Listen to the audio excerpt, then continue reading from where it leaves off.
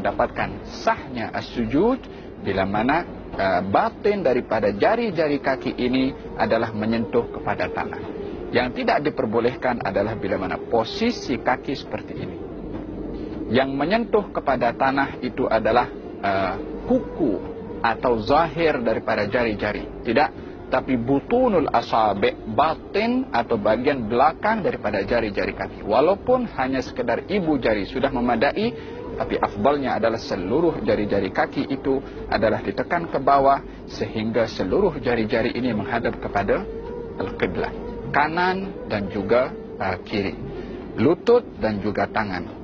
Posisi tangan bila mana sujud adalah berada di tanah menghadap kepada al-qiblah, sejajar dengan jatuhnya atau sejajar dengan bahu kita. Yani seperti ini dan juga seperti ini. Posisi tangan menghadap kepada al-qiblah. Kalau ada sesuatu yang jatuh daripada bahu kita, akan jatuh kepada tangan kita. Yani bukan tangan itu melirik ke kanan ataupun berhadapan seperti ini. Tidak, tetapi menghadap kepada al-qiblah. Hukum hidung menyentuh kepada tanah adalah perkara yang sunnah dalam madhab al-Imam Asy-Syafi'i. Ini posisi sujud. Jari-jari menghadap qiblat dan kaki berdiri seperti ini, tangan menghadap qiblat, dahi menyentuh kepada tanah, tak boleh ada penghalang kepada dahi. Baik itu imamah, songkok, serban adalah tak boleh menjadi penghalang, kecuali serban itu diletakkan sebagai sejadah, maka adalah diperbolehkan. Dalam sujud tidak boleh sujud di atas sesuatu yang terangkat bersama dengan tubuh badan kita. Posisi yang berikutnya adalah duduk di antara dua sujud, ataupun duduk tahiyat awal ataupun duduk tahiyat akhir. Duduk di dalam salat ada dua jenis tahiyat akhir. Duduk di dalam salat ada dua jenis duduk. Yang pertama adalah jalsatul iftirash, yakni posisi seperti ini. Yakni bahagian belakang kita duduk di atas telapak kaki bahagian kiri, sementara kaki kanan dan jari-jarinya tetap menghadap kepada al-qiblah seperti ini. Duduk seperti ini disunnahkan pada tahiyat awal, pada duduk di antara dua sujud, dan juga duduk istirahat. Dalam 3 kaifiyah atau setiap duduk yang tidak ada salam setelahnya, maka disunnahkan duduk iftirash seperti ini. Apakah iftirash? Duduk di atas telapak kaki kiri, sementara kaki kanan berdiri tegak. Adapun duduk yang kedua namanya duduk tawarruk, yaitu duduk pada saat seseorang setelah duduk itu akan salam. Maka posisinya berbeza. Kaki kiri masuk ke dalam dan kita duduk terus menyentuh kepada tanah, sementara posisi kaki kanan adalah tetap seperti ini, jari-jari menghadap kepada al-qiblah. Tidak seperti ini ataupun tidak pun seperti ini. Duduk seperti ini juga tidak termasuk daripada yang disunnahkan di dalam as-salah, yang kalau seseorang duduk seperti ini bukanlah dikatakan salatnya itu terbatal, akan tetapi tidak melakukan sunnah di dalam as-salah. Dalam tahiyat akhir adalah duduk dalam keadaan jari kaki kanan menghadap kiblah, kaki kiri masuk dalam, dan juga bahagian belakang ini duduk menyentuh kepada tanah. Posisi tangan ketika berada dalam keadaan at-tahiyyat adalah baik tahiyat awal ataupun tahiyat akhir, jari-jari kiri berada pada bahagian lutut paha kiri, dan jari-jari kanan berada dalam keadaan digenggamkan seperti ini, kecuali 2 jari, jari telunjuk dan juga jari atau ibu jari.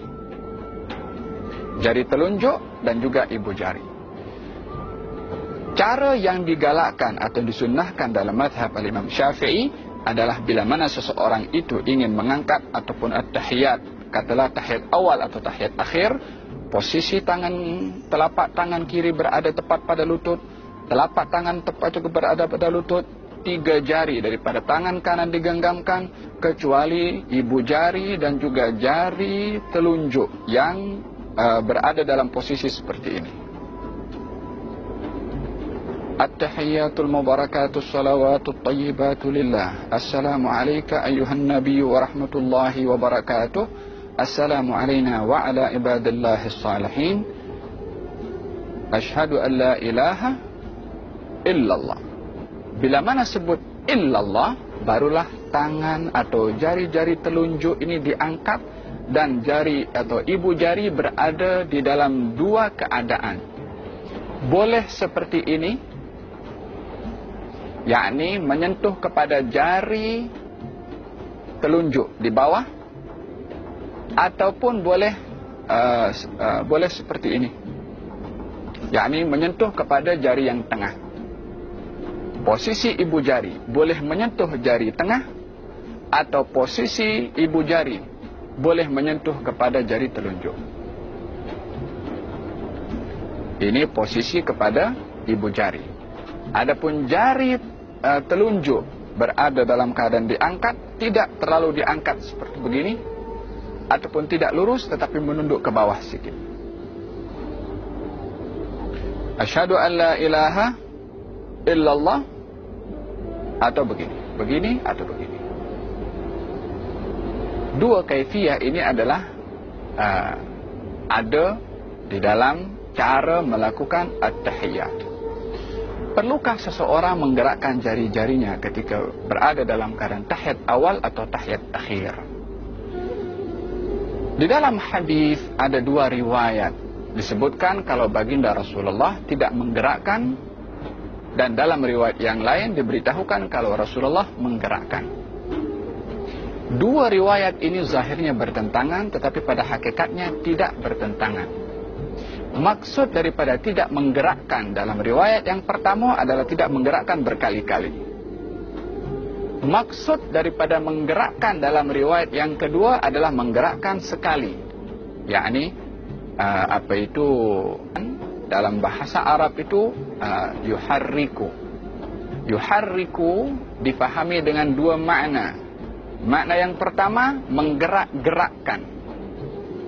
Kalau menggerak-gerakkan, ini yang dipakai oleh sebahagian pandangan yang mereka bila mana tahiyat menggerakkan berkali-kali. Disebabkan memahami hadis itu dengan fahaman menggerak-gerakkan, maknanya lebih daripada sekali.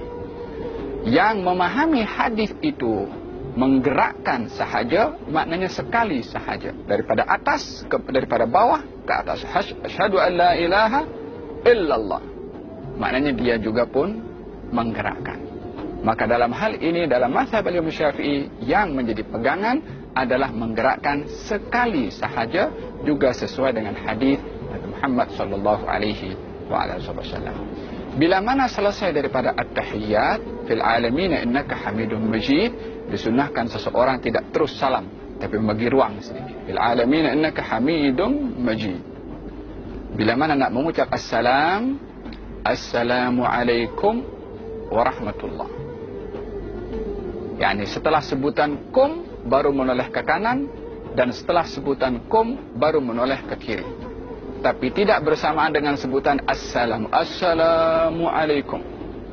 Adalah tidak menepati kepada sunnah. Dan juga tidak perlu kita menggerakkan kepala berkali-kali. Assalamu alaikum warahmatullah. Assalamu alaikum warahmatullah. Gerakan ini bila mana 3 kali berturut-turut akan menyebabkan batalnya salat seseorang, karena perkara membatalkan salat adalah bergerak 3 kali berturut-turut. Jadi cara salam yang benar, assalamu alaikum warahmatullah. Kembali kepada kiblat balik, assalamu alaikum warahmatullah. Tidak pun daripada kanan terus menoleh ke kiri. Assalamu alaikum warahmatullah. Kembali kepada kiblat, assalamu alaikum warahmatullah. Hati-hati daripada dada bergerak ke kanan atau dada bergerak ke kiri, yang boleh menyebabkan, mungkin kalau bergerak sebelum salam itu sempurna, akan menyebabkan batalnya salat tersebut. Kalau seseorang menyebutkan assalamu alaikum, batal salat seseorang disebabkan berpaling daripada kiblat sebelum dia keluar daripada as-salat. Semoga Allah subhanahu wa ta'ala jadikan salat kita salat yang sempurna dan tergolong orang-orang yang mendirikan as-salah. Wallahu ta'ala a'lam. Insya Allah.